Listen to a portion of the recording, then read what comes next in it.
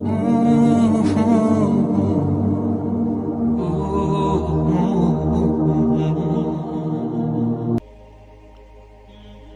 کی حالت میں آنکھوں سے نکلنے والے بے بس آنسو کو اللہ مزید بے بس نہیں رہنے دیتا۔ جب تھک کر ٹوٹنے لگو تو سمجھ جانا کہ اب اللہ کی مدد زیادہ دور نہیں ہے۔ تمہاری آزمائش تو بس اللہ کے کن کہنے تک ہے، پھر کیوں ہوتے ہو پریشان؟ اس نے تمہاری ہر ایک صبر میں گزارے لمحے پر کن کی مہر لگا رکھی ہے۔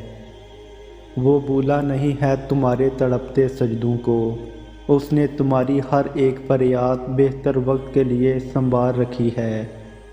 وہ راضی ہے تمہارے ہر سجدے پر، تمہاری چاہ پر۔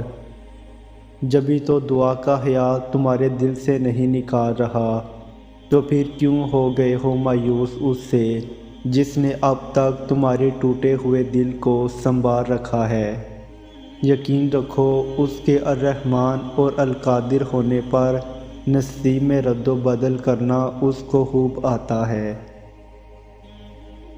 جب ہم تنہائی اور خاموشی میں دعا مانگتے ہیں تو ہم اس یقین کا اعلان کر رہے ہوتے ہیں کہ ہمارا اللہ تنہائی میں ہمارے پاس ہے اور وہ خاموشی کی زبان بھی سنتا ہے۔ دعا میں خلوص آنکھوں کو پرنم کر دیتا ہے اور یہی آنسو دعا کی منظوری کی دلیل ہیں۔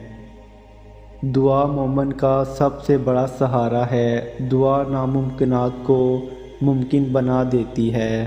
دعا زمانے بدل دیتی ہے۔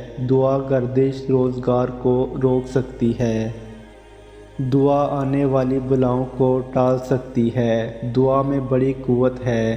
جب تک سینے میں ایمان ہے دعا پر یقین رہتا ہے۔ جس کا دعا پر یقین نہیں اس کے سینے میں ایمان نہیں۔ اللہ سے دعا کرنی چاہیے کہ وہ ہمیں ہماری دعاؤں کی افادیت مایوس نہ ہونے دے۔